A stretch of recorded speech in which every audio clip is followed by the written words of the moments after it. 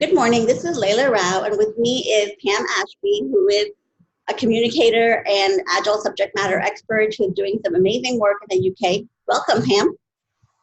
Hi there, Layla. Lovely to have this time with you today. Thank you so much for doing this with us.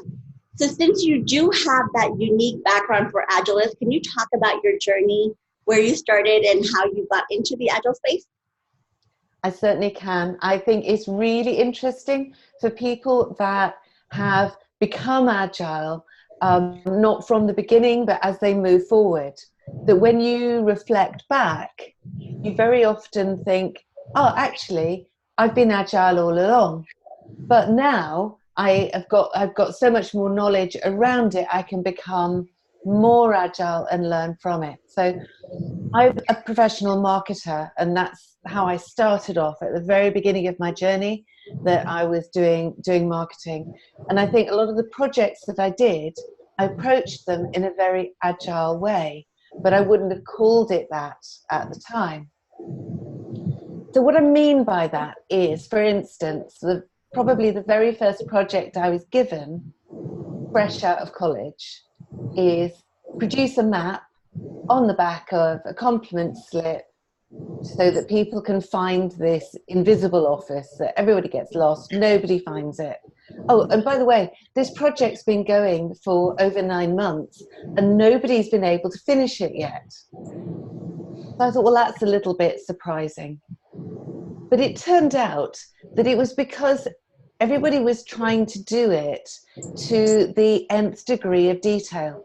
So you had graphic designers drawing a map, and then other people saying, oh no, that bridge doesn't quite go like that. It's not over that part of the road.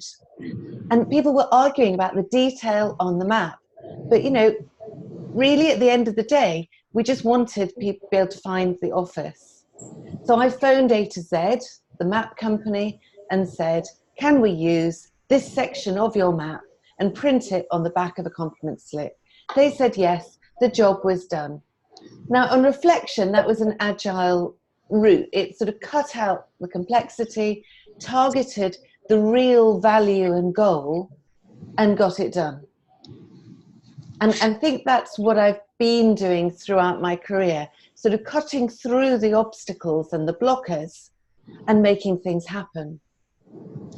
I love it because I think it really does hit into the intent of Agile, which is what is the value for this and what is the simplest way to achieve that value.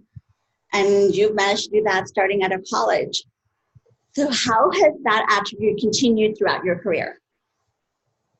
I think a lot of it is sort of knowing when to collaborate and when to cut out the political complexities within an organization in order to get the outcome and the value that you're after.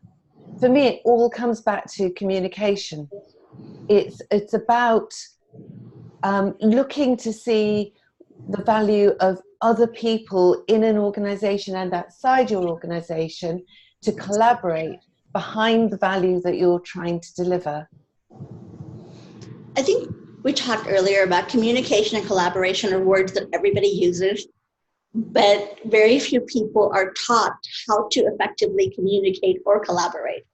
Would you have some tips on how most of us can optimize our ability to communicate and collaborate?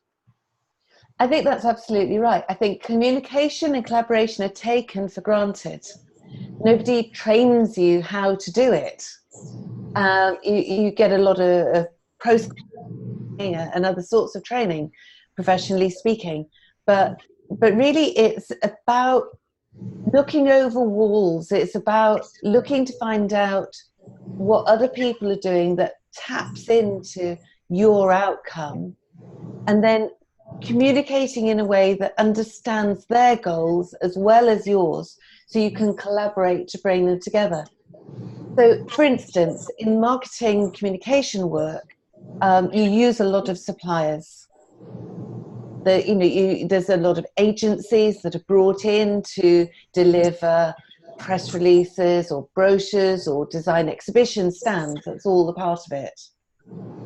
But it's a question of not working in a command and control way to let those people know what it is that you're after, but to collaborate with them. And that's done, in my view, by setting a sort of outline view of your goal, and then working very closely with them to fill in the detail. So a brief isn't directive. It just puts the outcome and then uses all of their expertise to fill in that detail. Because let's face it, if we were all experts in everything that we got consultants and suppliers in to help us with, we wouldn't need them. So let's start leading and setting the vision and not actually trying to demonstrate our own expertise by doing it for them, because you don't get good results that way. Absolutely. And I think today's complex world, most work-based outcomes we're trying to pursue do require multiple levels of expertise. And that's a skill we all need to master in order to get our work done. So can we talk a bit more about how you're doing your work these days? Because marketing and agile are not necessarily most naturally congruent, yet you're making them congruent. So what does your work look like now? It is actually really interesting that I was a professional marketer. Then I got into the project management world. So I was in the project management world for quite a long time, and I quite quickly realized I had been a project manager. And then I discovered agile and overlaid that on top and thought, actually, this is brilliant. This takes all the pragmatic stuff out of project management that I need to do my work, and adds to it the pragmatism and the collaboration and the sensible approach that gets stuff done and doesn't actually wait till the 11th hour to make it perfect before delivering it, which you just can't do with marketing. It's all about taking the opportunity while it's there, not frankly faffing about until you think that it's right, because by then the opportunity's passed. So you really do have to have a keen eye on what is the best value for the organization that you can get and deliver in the fastest possible time. So agile and marketing sit very naturally together, in my view. They're very, I think they're very, very close, and an agile way of working is really important for marketers. It has to be done. Now, in tandem with that, I think communication sits very, very closely at the heart of all agile working. And I'm first and foremost a communicator. I'm a writer. Communication's always been very core to everything that I do. That's so what I've done, sorry, Layla. Go ahead. So what I've done is I've also trained as a certified coach, because that builds on those communication skills and helps to support people to get rid of a directive way of working and be more empowering, getting the best value of all the people at their disposal. So I mean, not only those immediately in front of them, but similar organizations that they can learn from, suppliers that they can get the best from, people in other departments, in other business units, in other countries. And I think that a coaching style of communication is very empowering for everybody, to be honest, because it's a question of being curious and learning, really embedding that growth mindset. I think it was John Whitmore said curiosity is the antidote to criticism. But, absolutely. It's also the antidote to command and control, because by asking those questions, you draw out the best from the person in front of you. and it's knowing those right questions to ask. I think that the coaching style of communication that you're discussing is broader than what most of us think of as communicating, which is I speak, you listen, you speak, I listen. It takes into account the broad-based nature that's a reality for everybody today. How do you see that happening with your clients and in your workplace today? Are people really taking advantage of the broader ecosystem they have access to? I think they don't take advantage of it. There are many more opportunities. Looking back, I've never stuck to a job description in my life. Okay, I want to hear more about that. I'm not sure that's necessarily a positive thing, but it's because I've been sort of constantly looking beyond the remit that I've been given. I don't believe in sticking to a remit because people may not give you the most valuable remit.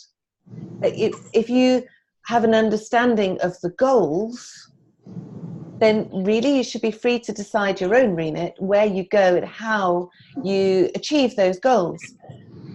So in some organizations, I've set up communication with people doing similar things in different business units in different countries.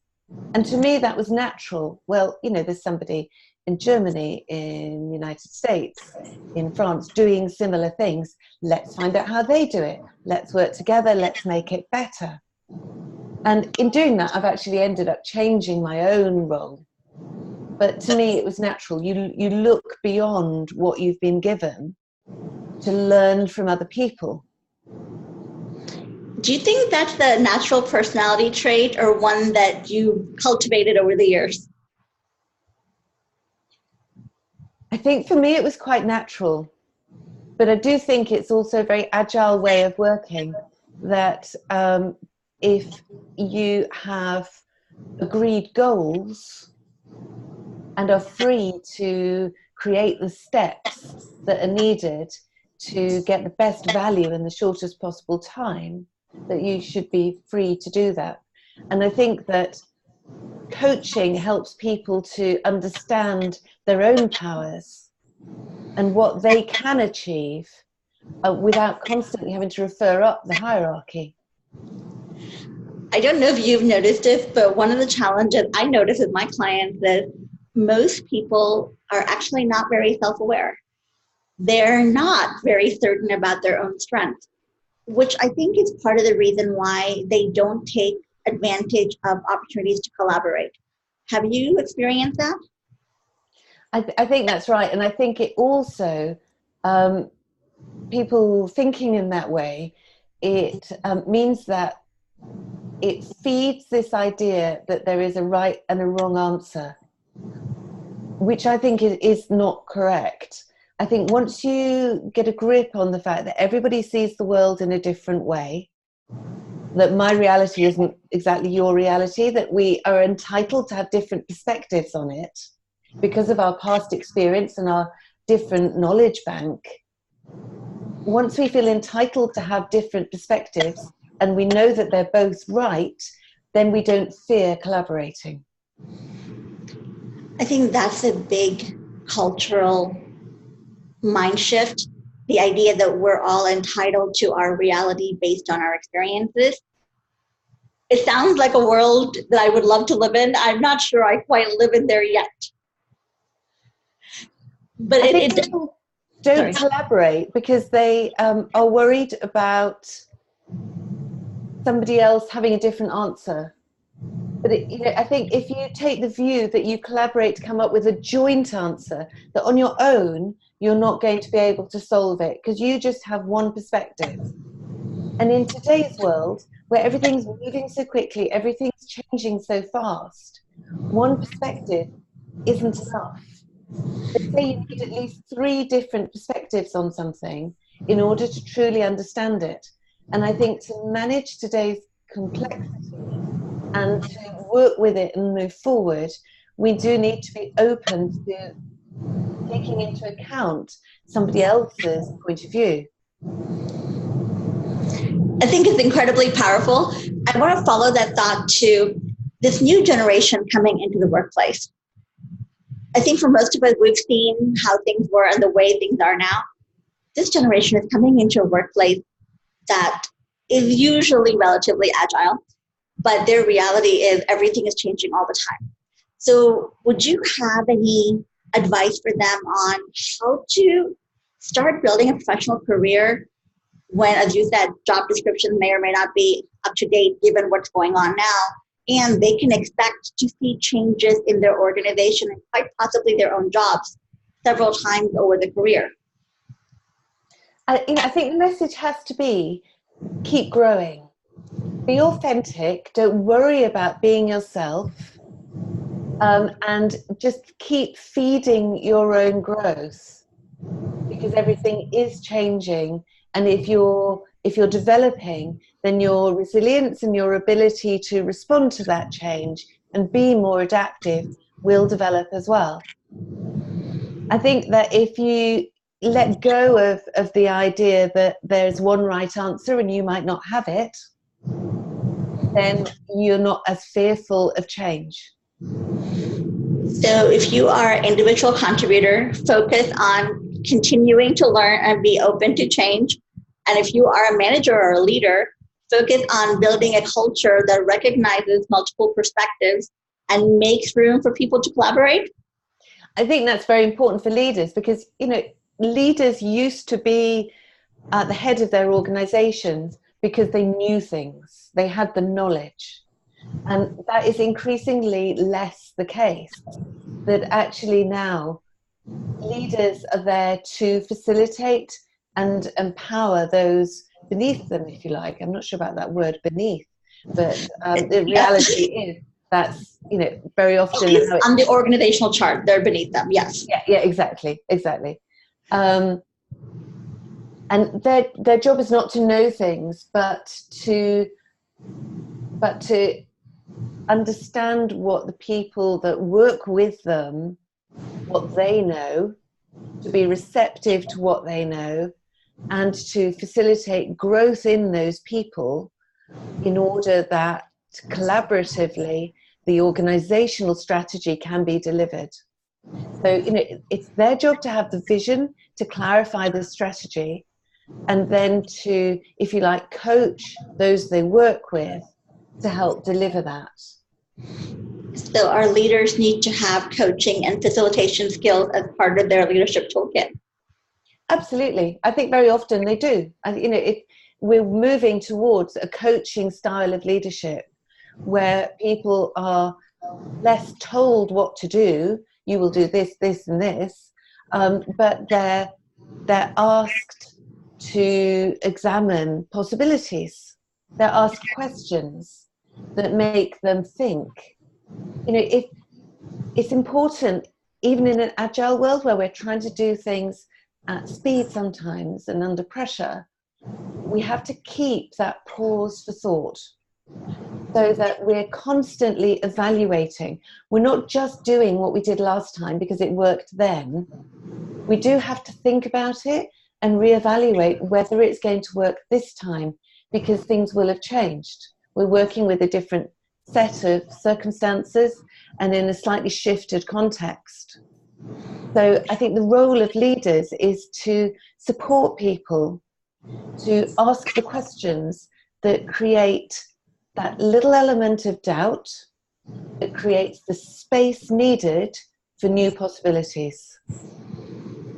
That is incredibly powerful. And I think I am now understanding the connection you drew between pursuing coaching for yourself and how that applies to communication.